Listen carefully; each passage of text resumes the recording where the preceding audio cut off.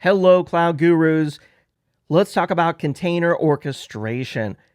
The Kubernetes architecture has been designed perfectly to orchestrate your containers. And I can tell you that it can get quite complex. But in this fundamentals course, I'm going to try to sum it up for you as quickly and as efficiently as possible. The first piece of any Kubernetes architecture is going to be the master node. When you initiate your Kubernetes cluster, you're going to bring up this master node, which is usually a separate physical or virtual machine. It's the master node that serves as the control plane for Kubernetes. You can think of it as the manager for the entire Kubernetes cluster that makes sure that all the containers and all the workloads are running at their most perfect optimal state as defined by the Kubernetes administrator. In Kubernetes, all communication to and from the master goes through the API, or the Application Programming Interface. That includes the graphical dashboard, any command line interface tools like kubectl, which is also sometimes pronounced kubectl or kubectl, and other API communication to and from the kubelets, which are the agents that are running on each node. On this master node, the scheduler is brought up, the controller manager, and of critical importance, etcd. etcd is a distributed database, and it's the only stateful piece of the Kubernetes master.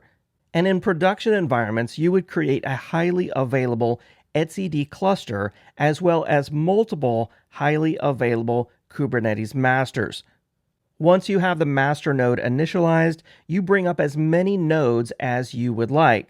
These nodes used to be called minions, which I actually prefer better.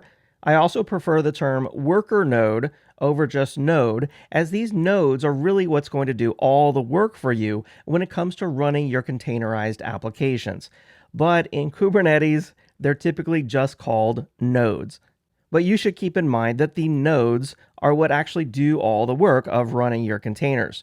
Now, on each of these nodes, you'll have a Kubernetes agent called a kubelet, which is used to communicate with the API server on the Kubernetes master node. You'll also have a kube proxy, which is a network proxy service. You'll have a container runtime, such as Docker, and then from there, your applications are going to run inside containers, usually Docker containers, and those containers run inside Kubernetes pods. To administer these containers running inside the pods, you're going to use the kubectl command line tool to tell the Kubernetes master how many pods you'd like to have running at all times and instruct the kubelets on each node to make it so.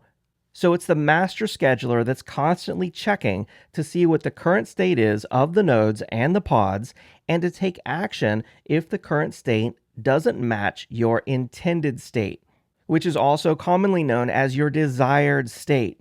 So that's the Kubernetes architecture at a high level. Now, when you finish this course, if you want to learn about Kubernetes architecture in much more detail, I recommend that you watch Nigel Poulton's Deep Dive Kubernetes course here at A Cloud Guru. But for now, I hope that you'll stick with me because we have one more lesson on the Kubernetes terminology before we jump in and we install Kubernetes and start bringing up our own master, our own nodes, and our own containers running inside pods. I'll see you in the next lecture.